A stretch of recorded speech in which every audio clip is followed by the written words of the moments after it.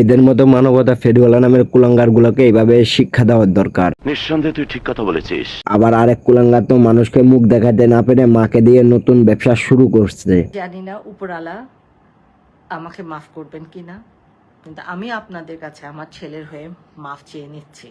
না মানে বলছিলাম কি আন্টি, ব্যবসাটা তো ভালোই ধরছেন, যখন আপনার ছেলেকে মানুষে বয়কট করতেছে তখন লাইভে এসে কান্নাকাটি করতেছেন।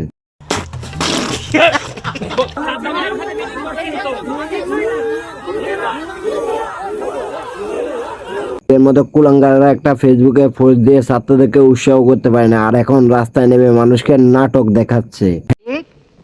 হ্যাঁ ঠিকই ভাবছেন, আজকে এদেরকে নিয়ে কথা বলবো। কি বলতে পারি আপনারা একটু আইডিয়া করেন তো। গাইজ আসসালামু আলাইকুম, this is Riaz, welcome to gaming Riaz. কেমন আছো তোমরা? বরাবর মতো নতুন একটা ভিডিও নিয়ে চলে আসছি আমরা। তো চলো ভিডিওটা শুরু করি। তাহলে চলো।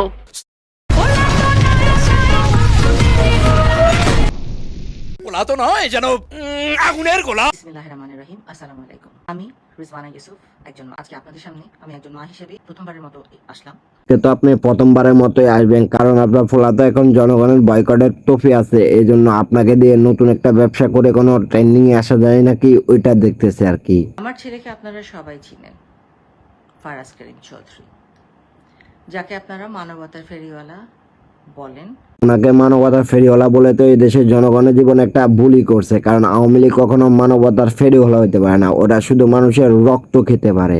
প্রমাণ দাও, প্রমাণ দাও।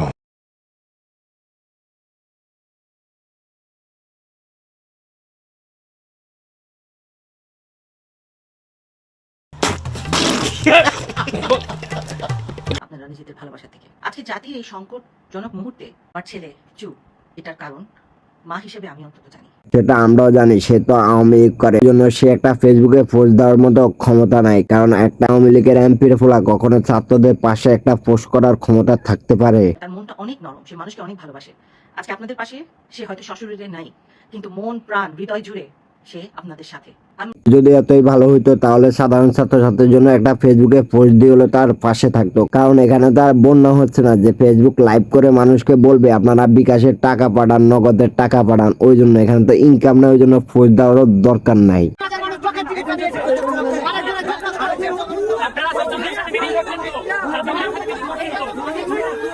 যে মানুষটা ফেসবুকে একটা পোস্ট দেওয়ার মতো ক্ষমতা ছিল না, মানুষটা আজকে সাধারণ ছাত্রছাত্রীর সাথে আন্দোলন করতে যাচ্ছে, এটা হাস্যকর না? এটা হাস্যকর, হাস্যকর, এই দেশের জনগণের জন্য হাস্যকর।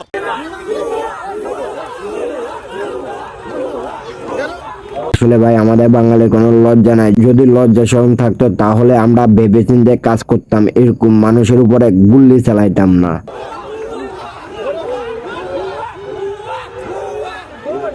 যাদের মেরুদণ্ড যে ছাত্র, ওই ছাত্রের উপরে আক্রমণ হইতেছে, আর আমাদের দেশের মানবতার ফেরিওয়ালা নামের কিছু পুরুষের দল ঘরে চুরি ফিনতে বসে আছে।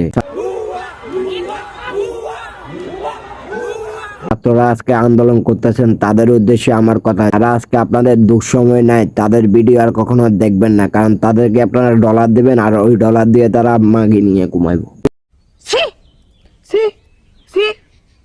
ভিডিওটা পর্যন্ত কার কাছে কেমন লাগছে প্লিজ কমেন্ট করে জানাবেন, আর যদি ভালো লাগে তাহলে চ্যানেলটা সাবস্ক্রাইব করবেন, আর যদি বেশি ভালো লাগে তাহলে শেয়ার মেরে দেবেন। আল্লাহ হাফেজ, আসসালামু আলাইকুম, আর হ্যাঁ নামটা মনে রাখবেন।